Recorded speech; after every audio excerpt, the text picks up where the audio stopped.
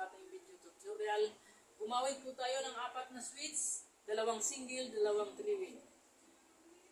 Yung isang single po, mga katuro, ginawa nating master switch. Lahat po ng nakadilaw mga katuro, nakakunik na po yan. Yan po ang neutral.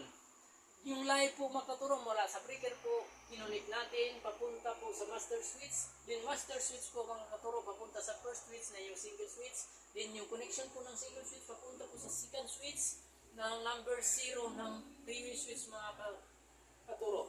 Yung number 1 po, nakakunik po sa return ng light E mga katuro. Then yung number 3 po mga katuro, papunta po sa return ng light C mga katuro. Then yung third switch po mga katuro, yung 0 po na katuro, papunta po sa 0 ng switch 2 mga katuro. Din yung number 1 po mga katuro, papunta po sa light B mga katuro. Din yung number 3 po mga katuro, papunta po sa letter D at saka letter E na ilaw mga katuro. Yan yung return.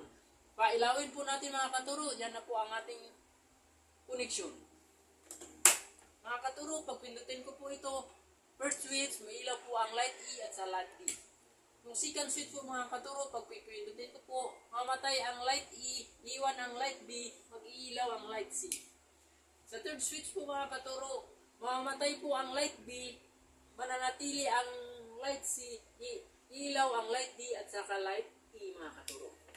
Sa master switch po mga katuro, pag pipindutin ko po, mamatay na po ang light C, light D at sa light E mga katuro. Yan po ang ating video tutorial mga katuro. Salamat po sa panonood. Paalala lang po, huwag po tayo makipagtalo sa mga marunong. Hayaan po natin marunong sila. Basta tayo alam natin ang ginagawa, panalo na po tayo. Thank you and good luck.